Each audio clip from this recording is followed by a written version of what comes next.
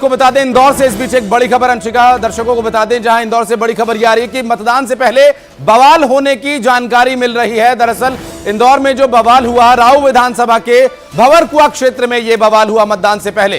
Police को आंसू gas के गोले दागने पड़े, इस्तेमाल करना पड़ा इसका। जीतू पटवारी और मधु वर्मा यहां से चुनाव लड़ रहे हैं।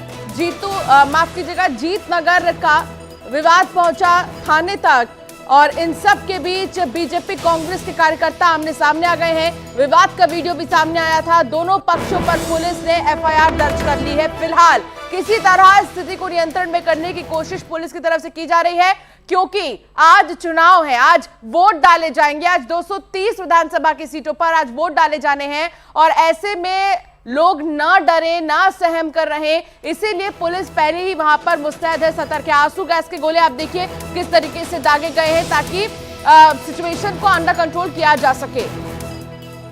बिल्कुल, और इंदौर से ये बड़ी खबर अपने दर्शकों को बता दें, मतदान से पहले राऊ विधानसभा क्षेत्र में बवाल हुआ और आंसू गैस के गोलों का इस्तेमाल करना पड़ा। जीतू पटवारी और मधु वर्मा यहां से चुनावी मैदान में। जीत नगर का विवाद ये पहुंच गया थाने तक।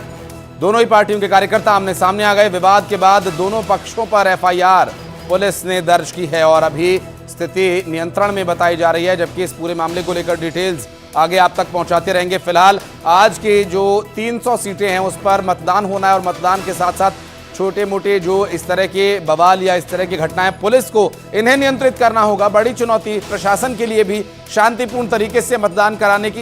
ये देखिए किस तरह से वहां पर आंसू गैस के गोले दागने पड़े। बवाल जब शुरू हुआ तो लोगों को तितर बितर करने के लिए अंशिका पुलिस को यहां पर थोड़ा हल्का बल प्रयोग यहां करना पड़ा, जिसमें कि आंसू गैस के गोले तक छोड़े गए, जिससे कि लोगों को यहां से तितर बितर किया जा सके। और इस गैस का इस्तेमाल करके यहां पर लोगों को नियंत्रित करने के लिए प्रशासन ने थोड़ी सख्ती दिखाई।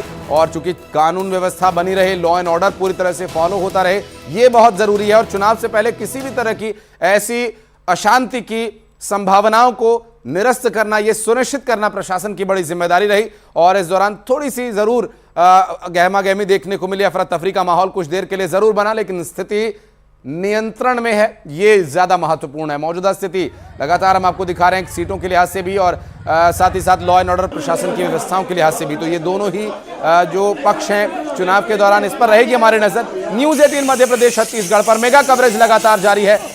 चुनाव से जुड़ी हर छोटी बड़ी खबर छूटेगी नहीं, आप तक पहुंचेगी जरूर।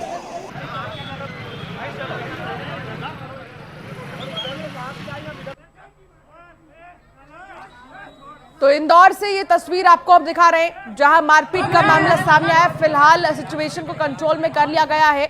एफआईआर पुलिस ने दर्ज कर लिया। मिथिलेश गुप्ता संवाददाता हमारे साथ जुड़ गए हैं। मिथिलेश, ये पूरा मामला क्या है? आखिर कहां से कहासुनी शुरू हुई, फिर मारपीट में तब्दील हो गई और अभी पुलिस क्या कार्रवाई कर रही है? देखिए, सबसे पहले मैं आपको बताता हूं कि ये जो पूरा घटनाक्रम है वो जीत नगर का है और जीत नगर राऊ विधानसभा क्षेत्र का एक हिस्सा है, जहां से कांग्रेस के पूर्व मंत्री जीतू पटवारी और बीजेपी के प्रत्याशी मधु वर्मा आमने सामने यानी चुनावी मैदान में दोनों चुनाव लड़ रहे हैं। अब देखिए, ये जो विवाद है जीत नगर का, जो अभी तक जानकारी सामने है कि फ्री बीज को लेकर यानी मुफ्त की चीजों को लेकर विवाद शुरू होता है और वो विवाद इतना बढ़ जाता है कि मारपीट की स्थिति बन जाती है। मारपीट का जो वीडियो है वो सामने आ चुका है, उसके आधार पर कार्रवाई की बात कही जा रही है। फिलहाल दोनों पक्षों पर, बीजेपी और कांग्रेस दोनों के ही कार्यकर्ताओं पर एफआईआर दर्ज कर ली गई है। लेकिन आप इन तस्वीरों से समझ सकते हैं कि बवाल देर रात तक चलता रहा और बवाल इस तरीके से अनियंत्रित हुआ कि पुलिस को आंसू गैस के गोले तक छोड़ने पड़े, क्योंकि बड़ी संख्या में बीजेपी और कांग्रेस के कार्यकर्ता थाने पर इकट्ठे हो रहे थे, चौराहे पर खड़े हो गए, रोड पर खड़े हो गए। पुलिस ने उन्हें समझाया, जब वो नहीं हट रहे थे तो पुलिस ने आंसू गैस के गोले छोड़े। उसके बाद भीड़ को तितर बितर करने के लिए पुलिस को हल्का बल का भी प्रयोग करना पड़ा। लेकिन ये स्थिति बनी है जीत नगर में और जिसका नाम सामने आ रहा है वो बीजेपी। अभी क्या हालात हैं मिथिलेश, अभी क्या हालात हैं? क्योंकि अब से करीब आधे घंटे बाद मॉक पोल होगा और उसके बाद फिर पोलिंग की जो प्रक्रिया है वो शुरू हो जाएगी। लोग वोट डालने के लिए बूथ पर पहुंचना शुरू हो जाएंगे। अभी क्या स्थिति है, पुलिस क्या कह रही है?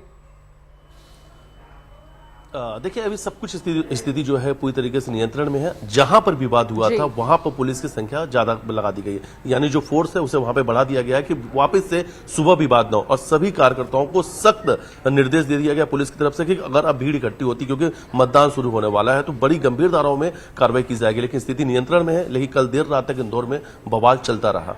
बिल्कुल, लेकिन मिथिलेश एक बात और, यहां पर लोगों में जो संदेश, इस तरह की जब छिटपुट घटनाएं होती हैं तो संदेश जो है वो सही नहीं जाता है।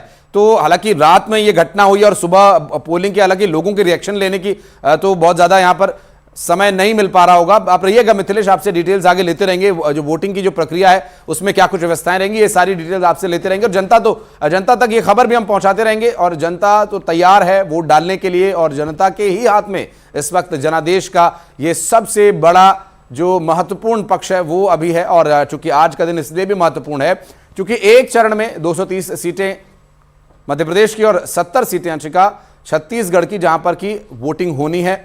और इससे पहले ये